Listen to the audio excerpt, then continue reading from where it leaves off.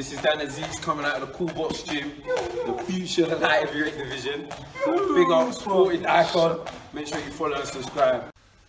So for those of us who keep our eye on the domestic scene, we love nothing more than a good domestic dust-up, right? And Joshua Buatsi, he seems pretty game on taking on Anthony Yarde if the opportunity presented itself next. Now, of course, he did say that he would like to fight Anthony Yarde as a headline act. In other words, this is no undercard. Now, there are a few things that I like about this, and there's a couple of things that I'm not too keen on as well. Or some stumbling blocks, I should say, really. One of the stumbling blocks is that Joshua Buatsi is part of the Matchroom Boxing and managed by Anthony Joshua. Anthony Yarde is, of course, promoted by Frank Warren, and automatically you can see the rivalry would maybe Eddie Hearn, Joshua, Matchroom even, allow Joshua Buatsi to go over to fight on BT, or Box Nation, of course.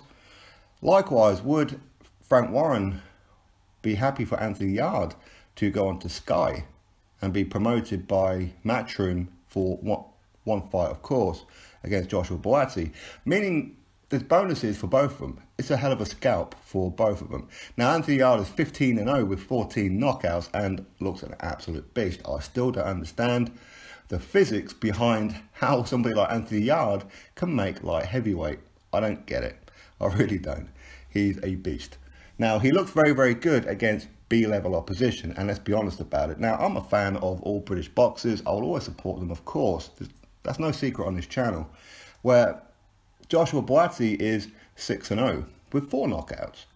So you can already see the experience level is lopsided in favour of Anthony Yarde. A lot of people picking Anthony Yarde to be the prospect for light heavyweight out of Great Britain, potentially cruiserweight. With Joshua Buatsi, again, what we've seen of him is outside the ring, he's a real humble, nice guy.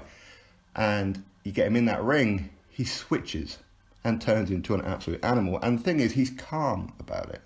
Very, very calm. Even though he's only got 6 fights under his belt as a pro, he did have a very good amateur career, of course. But it's unusual for somebody as inexperienced in the pro game, like Joshua Buatsi with only 6 fights, where he can go into a ring and just be calm, calculated, hurtful. So he didn't go in there and rush and start trading and swinging. Now, his last performance, he was getting tagged quite a bit. But likewise, Anthony Yarde was also getting tagged quite a bit as well. So they're both vulnerable to that point. Both of them have got power, but with Buatsi, he's more of a, he will chop you down and then take you out. Anthony Yarde is one of those guys where he will go in there to blast you out. It's that kind of thing. And I like both these guys, and the light heavyweight division for us domestically is pretty good. It's looking pretty good right now. None of them are really on the world level stage right now, whereas over in, or at least stateside, you have a lot of fighters over there, like Dimitri Bivol. Of course, he's excellent fighter. I think the last time I've seen him fight was against Barrera, dominant, and before then against Trent Broadhurst. So Dimitri Bivol is an absolute beast right now. He's looking pretty unstoppable. Sergey Kovalev only lost twice, and of course they were back-to-back losses to Andre Ward, arguably pound for pound at the time, right? So again, you've got the likes of Sergey Kovalev, Adonis Stevenson, Badu Jack, you name it. And of course, Arthur Beterbiev. Now, Anthony Yarde is the #1 in the WBO world rankings after only 15 fights. Why is he there? Because he's part of Frank Warren's stable. If you're part of Frank Warren, likewise, stateside, if you're part of Top Rank and Bob Arum, you tend to get, would it be unfair to say, preferential treatment and get pushed up the ranks by the WBO. It seems that they have some kind of friendship going on with the WBO, which for me, I don't know, is there a conflict of interest in any of that? I don't know. But ultimately, we do have some pretty good fighters on the domestic scene. Dan Aziz, you may not have heard of him, but he's only had, what, 3 fights now? I think it is 2 or 3 fights. Looking real good. Now, of course, he's part of the Cool Box boxing gym, along with Lawrence Okoli. And obviously you've got the likes of Hosea Burton from Newcastle, get in there, but retired in Manchester, and obviously a cousin of Tyson Fury, or the Furies even. Jake Paul, again, a fantastic fighter. In fact, I believe he's the Commonwealth champion, or maybe British champion, I'm not too sure. But Jake Paul, again, part of the Matchroom stable, fantastic. Cody Davis, he's just had his third fight, or fourth fight, is it, on the Bellew Hay undercard. And he is, in fact, signed by Haymaker Boxing as well. And Cody Davis looking real good, the Welshman. Callum Johnson, actually, he's the British champion, isn't he? Yeah, and the Commonwealth. So, not Jake Paul.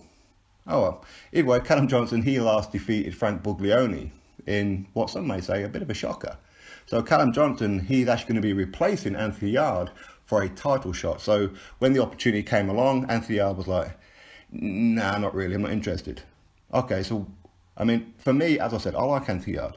But if there's an opportunity there, why are you not taking it? Why are you avoiding the big fights? I mean, he's avoided Hosea Burton, right? That would be a fantastic fight. Why would you turn that down? Or maybe Frank Warren is there. I have no idea. But again, Callum Johnson, he's going to be taking on Beterbiev. Okay, so that would be a brilliant fight.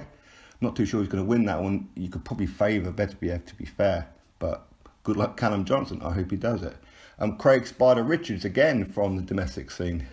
He's looking real good. He won his last fight. He did, of course, lose to Frank Buglioni when he stepped in as a last-minute replacement a couple of months ago, and lost to Frank Buglioni, I said. And, of course, Frank Buglioni, he's still there, or thereabouts. Willie Hutchinson, who was part of the Haymaker team, but now is part of Frank Warren's team. Again, he's a very decent Scot, looking real good. And I believe he has some kind of Geordie roots in Newcastle. So, again, good luck to Willie Hutchinson, of course. Michael Venom Page, again, he's part of the Haymaker team. He kind of flips in between MMA and boxing. I'm not too sure where he's staying right now, to be honest. And, of course, Sebastian Eubank and many others. How am I getting these names? Funny you should ask. On my website, www.officialsportingargons.com. Go check it out. You can go see all our British and Irish fighters on my website. So Joshua Buatsi and Anthony Yarde will be a very interesting fight. But is it a step up too soon for Buatsi? But based on how he's fighting, maybe he's ready for someone like Anthony Yarde. Anthony Yarde clearly lacks some kind of confidence to not take on anybody with any kind of substance. And again, I don't want to be mean to him because I like Anthony Yarde and I do believe he will be world champion at some point. I really do, whether it's light heavyweight or cruiserweight. To be honest, he's probably more fitting at cruiserweight, to be fair, just due to the damn size of him. Again, I just don't get over how he makes light heavyweight. I just don't get it. But that's an intriguing fight even for Joshua Buatsi and Anthony Yarde. But again, like I said, you've got the broadcasting rivals between Sky and BT. Where does the fight happen? It's more likely going to happen on Box Nation BT Sport. Because I think Anthony Joshua and Eddie Hearn are more likely to say, okay then Joshua Buatsi, if you really believe you can win, then go on then, off you go. But would Frank Warren put them two as a headline act? Because Buatsi has said that he wants to take on Anthony Yarde if it's a headliner. In other words, if the opportunity was to present itself next as a headline act at maybe the O2 Arena or something, he would take it. And good on him for that. And he's going to go in there very confident as well. But I don't know whether or not Anthony Yarde will be interested. It seems that he wants to avoid anybody who's got a pulse, really. I mean, if you look at his record, it looks impressive on paper, but look at who it is that he's beaten. Nobody of any real substance so far. But as I said, I do believe he will go on and become world champion at some point, as soon as he, gets a bit of a backbone, maybe? I don't know if that's fair to say. But anyway, I know that like this video, it makes it look like I'm an Anthony Yarde hater or something. I'm truly not. Honestly, I'm not. But I expect more from him. Of course, he's only got 15 fights. So again, maybe I'm being a bit unfair. Maybe.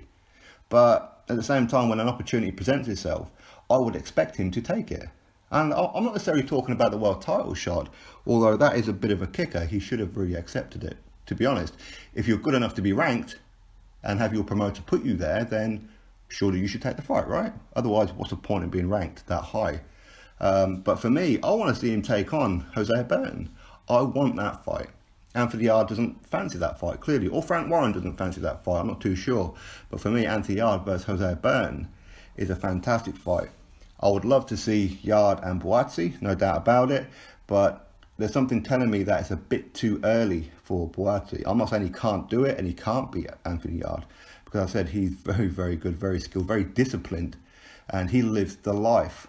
So it'd be an interesting one. So I'm just curious about your thoughts. Would you like to see Joshua Buatsi take on Anthony Yarde next if an opportunity presented itself as a headliner? Do you think it should be on Frank Warren's stable? Do you think it should be on Sky as in Eddie Hearn? Which one do you think would probably get the bid on that one?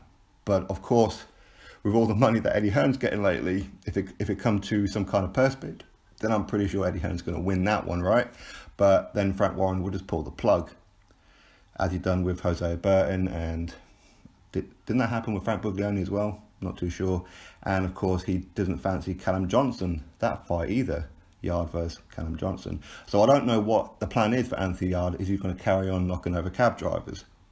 Don't know, really don't know, but hopefully we're going to start seeing him step up. Maybe if the money was right against Buatsi, he'll take it. Or maybe it's not him at all, maybe it's Frank Warren. Don't know, not too sure. So anyway, drop your thoughts below. Would you like to see this fight? Is it too early for Buatsi? Is it too early for Anthony Yarde? Be interested to see your thoughts on this one. So anyway, drop your thoughts below. Click that thumbs up, subscribe, and I'll catch you all on the next video.